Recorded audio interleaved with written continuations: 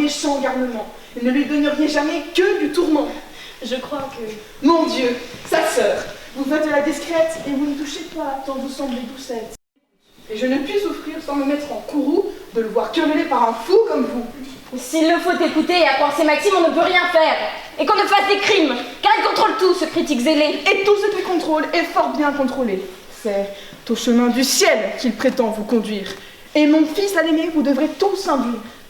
Je vous dis que mon fils n'a rien fait de plus sage qu'en recueillant chez soi ce dévot personnage. Ses visites, ses balles, ses conversations sont, du malin esprit, toute invention.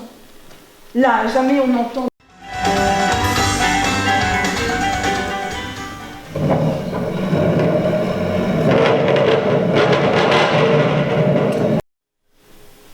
Que voulez-vous?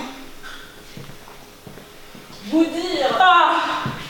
Mon Dieu, je vous prie, avant que de parler, prenez-moi ce mouchoir. Comment? Couvrez ce sein que je ne saurais voir. Par de pareils objets, les âmes sont blessées, et cela fait venir de coupables pensées. Vous êtes donc bien prendre à la tentation. Et la chair sur vos sens fait grande impression. Certes, je ne sais pas quelle chaleur vous monte, mais à vous droiter, moi, je ne suis pas si prompte. Et je vous verrai nu, du haut jusque en bas, que toute votre peau ne me tenterait pas.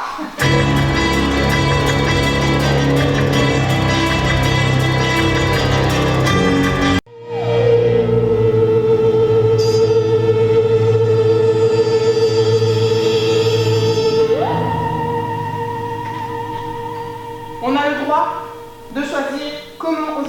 Tu peux me traiter de salope si tu veux. Je m'en fous. Tu peux me traiter de tous les noms. Je m'en fous. Tu peux regarder mon corps et dire elle est canon ou elle est dégueulasse. Je m'en fous. J'ai envie d'elle ou je ne veux plus jamais voir ça. Je m'en fous. Mais ce que tu ne peux pas faire, c'est me toucher. Ou avoir de relations sexuelles avec moi sans mon consentement. Parce que quoi que tu dises, si tu couches avec moi sans mon consentement, Tu es un violeur. et ça n'aura toujours rien à voir avec moi. Lorsque le mur de Berlin est tombé, le monde entier a crié victoire et vive la liberté. Les femmes de l'Est, elles, ont vu leur droit à l'avortement renié, car à l'Ouest, cette liberté n'existait pas. Les femmes ont et auront toujours à se battre pour ce droit fondamental, même dans les pays libres. Être une femme est en réalité terriblement difficile. En effet, cela consiste essentiellement à avoir affaire à des hommes. C'est pas qu'on ne les aime pas, non. Au contraire. Mais c'est que des fois, on se demande s'ils comprennent pas dans le mot aimer, voire dans le mot respect. Simone Veil a dit « Face au conservatisme très marqué, je présentais le triple défaut d'être une femme. D'être favorable à la légalisation d'une maison. Je m'en vais te bailler une comparaison afin de concevoir la chose davantage. Dis-moi, quand tu tiens ton potage, que si quelqu'un affamé venait pour en manger, tu serais en colère et voudrais le charger. Oui, je comprends cela. C'est justement tout comme. La femme est en effet le potage de l'homme. Et quand un homme voit d'autres hommes parfois, qui veulent dans sa soupe, aller tremper leurs doigts. Il en montre aussitôt une colère extrême. La femme est le potage de l'homme. Quoi? Je dis la femme est le potage de l'homme. Oui, je sais, c'est un peu... Un peu? Mais le pire, c'est pas ça. Ah bon? Et c'est quoi? Bah, c'est que pour certains, le second degré est absent. Bon, on continue?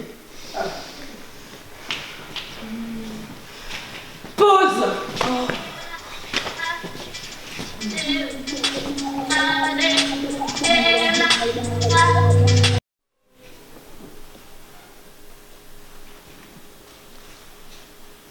Je vous épouse, Agnès, et 100 fois la journée, vous devez bénir l'heure de votre destinée.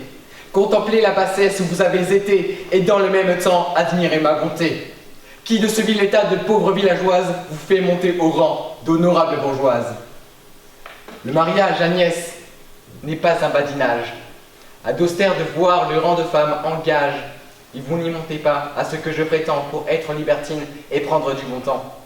Votre sexe n'est là que pour la dépendance du côté de la barbe et la toute-puissance. Bien qu'on soit deux moitiés de la société, ces deux moitiés pourtant n'ont point d'égalité. L'une et moitié suprême, et l'autre subalterne. L'une étant toute soumise, à l'autre qui gouverne.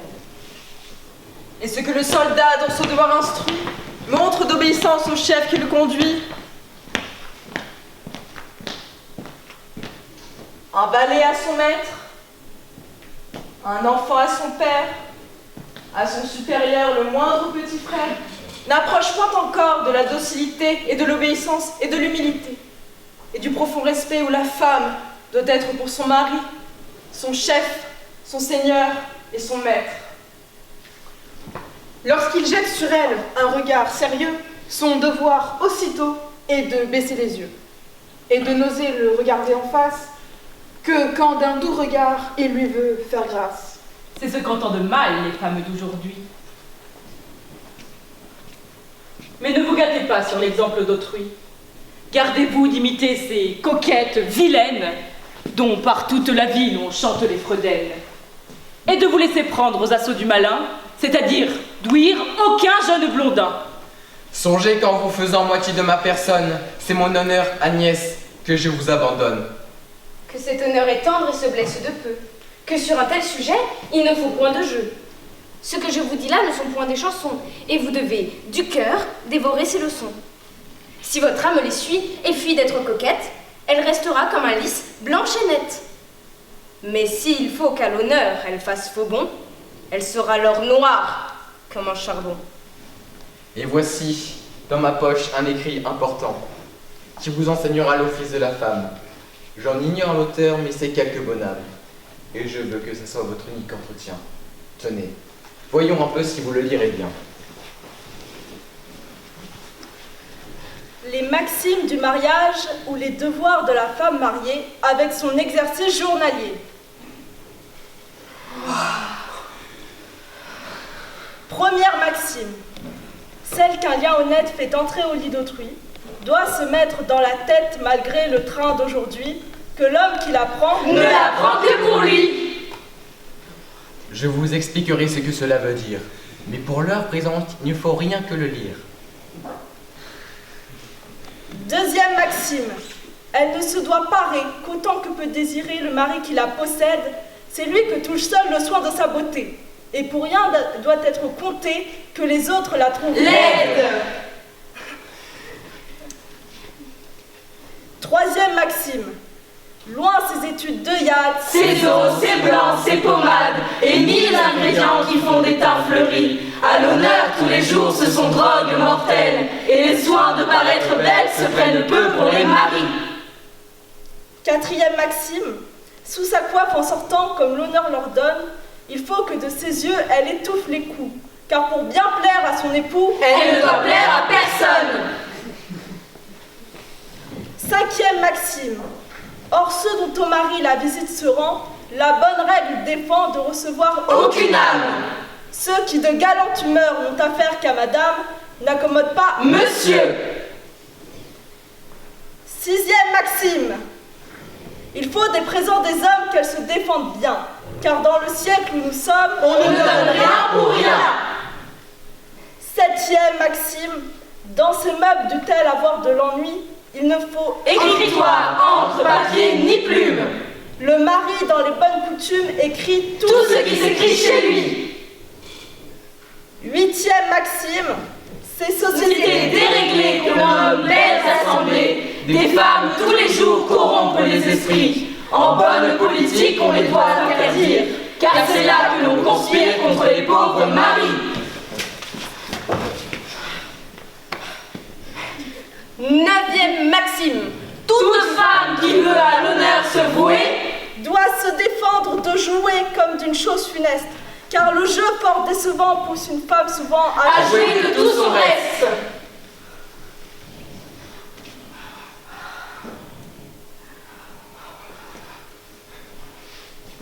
Dixième maxime. Des promenades du temps ou repas qu'on donne aux champs, Il ne faut pas qu'elle essaye.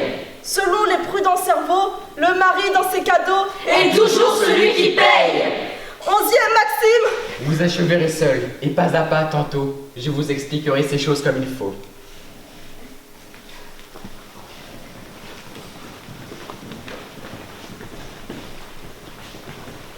Je me suis souvenu d'une petite affaire. Je n'ai qu'un mot à dire et ne tarderai guère. Rentrez et conservez ce livre chèrement.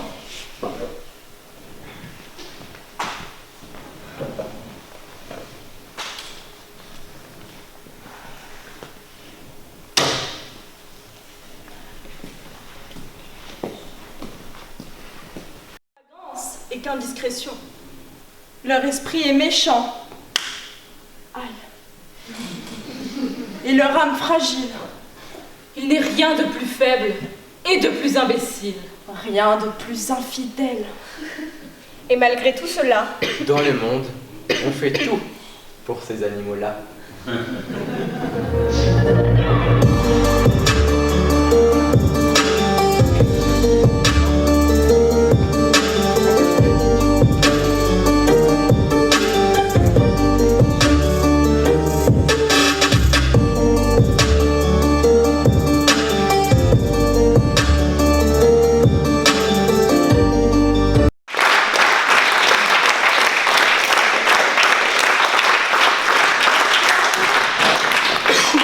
Merci à vous tous et à vous toutes de vous être déplacés, d'être venus voir notre spectacle préparé avec les jeunes de l'atelier depuis le début de l'année scolaire.